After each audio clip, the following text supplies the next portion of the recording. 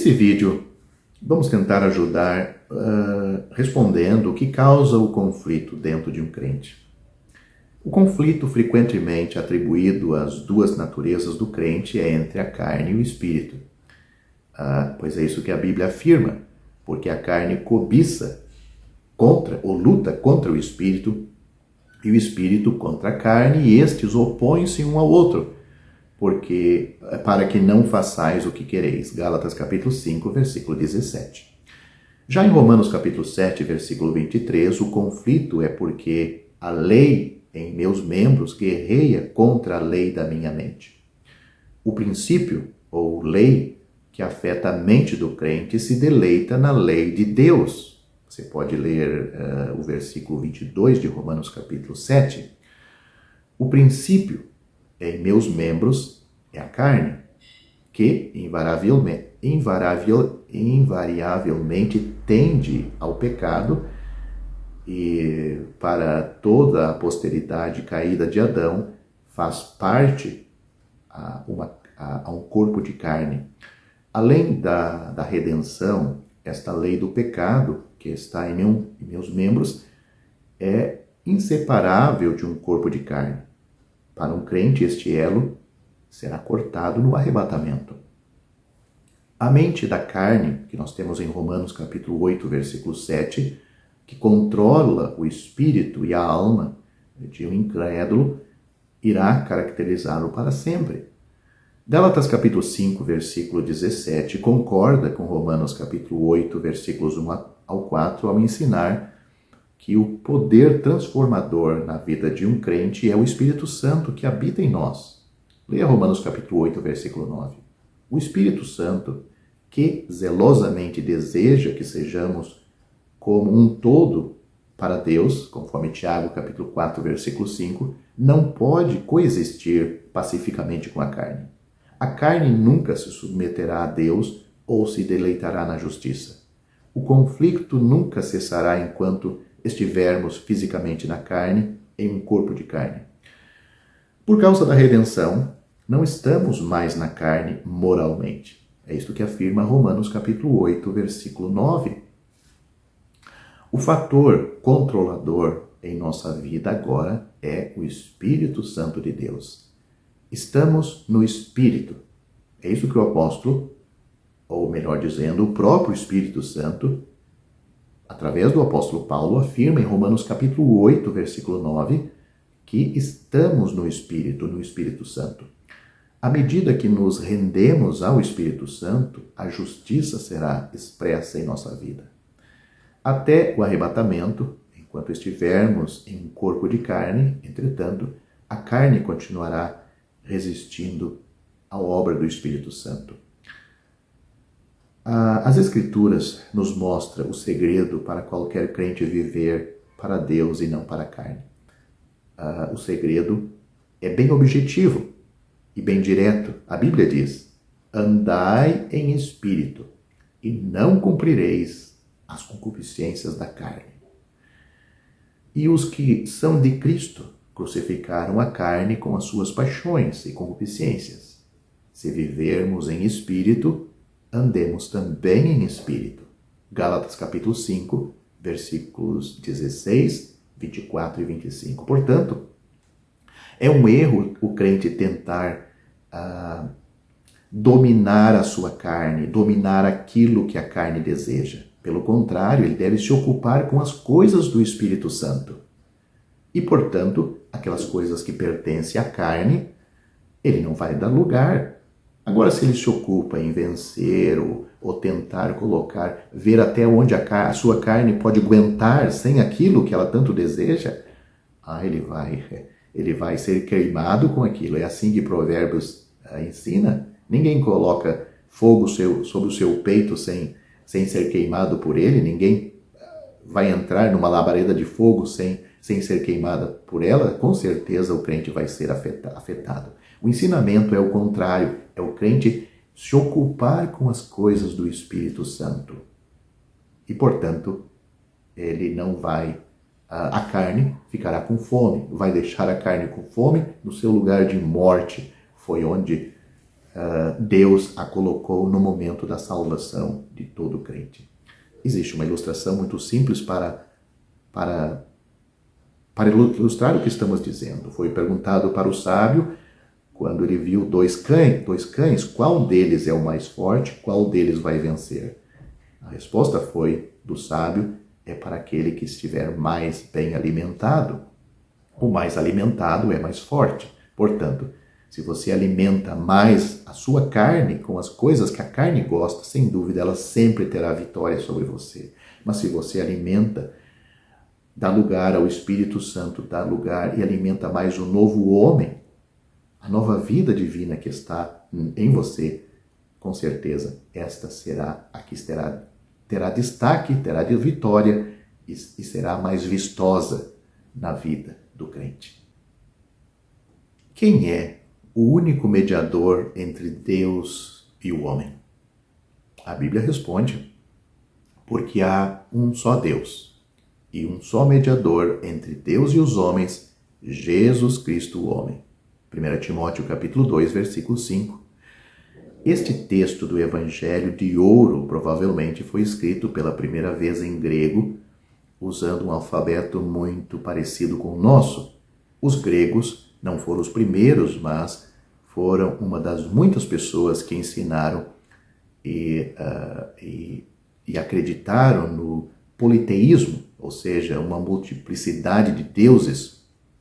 Eles acreditavam nos deuses da guerra, da paz, do amor, da fertilidade, etc. Tantos outros deuses. Portanto, não é surpresa para nós que foi para os gregos, os atenienses, na colina de Marte, que o apóstolo Paulo apresentou o seu discurso eloquente sobre o Deus desconhecido. Atos capítulo 17, você pode ler toda a história. Tragicamente, depois de quase 2000 anos de testemunho cristão, Deus ainda é o Deus desconhecido para muitas pessoas. É de vital importância que entendamos que há apenas um Deus que está acima de todos e a quem todos devemos prestar contas. Deus não é um Deus de terror e vingança como muitos dos deuses gregos pensavam ser. As pessoas daquela época se esforçavam continuamente para apaziguar a ira e extinguir a ira de seus deuses aparentemente implacáveis.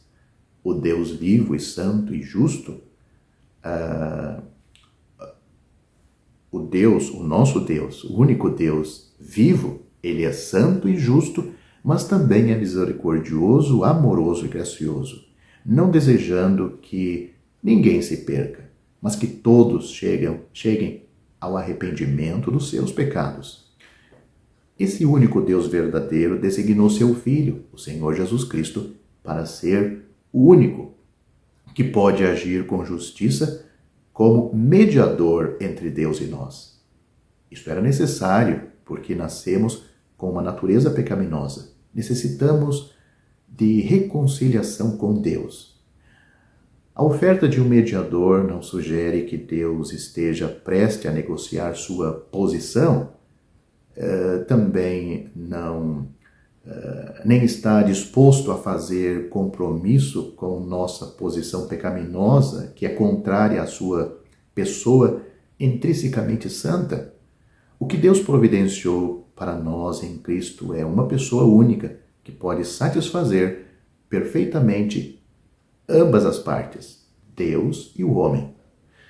Deus está satisfeito em Cristo porque o Senhor Jesus não tem pecado. Ele tem as qualificações perfeitas para nos representar diante de Deus. Nós, como humanidade, podemos estar igualmente satisfeitos em Cristo porque Ele é e sempre foi Deus. Ele pode representar Deus perfeitamente para nós. O Senhor Jesus Cristo é o único que tem a capacidade de remover nossa sentença. Seu sangue, diz a Bíblia, nos purifica de todo pecado. Sabemos que um Deus santo exigia pagamento pelos pecados e que não podíamos nos redimir. O Senhor Jesus Cristo deu a si mesmo em sacrifício pelo pecado, sofrendo o justo pelos injustos, para nos levar a Deus. Somente isto poderia nos trazer a paz com um Deus verdadeiro. A reconciliação e a paz com Deus estão disponíveis para você hoje por meio do poderoso resgate pago pelo Salvador no Calvário. Hoje, se você confiar nele, você terá, pela primeira vez em sua vida, paz com Deus por meio de nosso Senhor Jesus Cristo. A Bíblia afirma isto. A Bíblia diz: sendo justificados pela fé, temos paz com Deus por nosso Senhor Jesus Cristo. Romanos capítulo 5, versículo 1. A Bíblia também diz: porque Deus amou o mundo de tal maneira que deu o seu Filho unigênito, para que todo aquele que nele crê não pereça, mas tenha a vida eterna. Porque Deus enviou seu Filho ao mundo, não para que condenasse o mundo, mas para que o mundo fosse salvo por ele.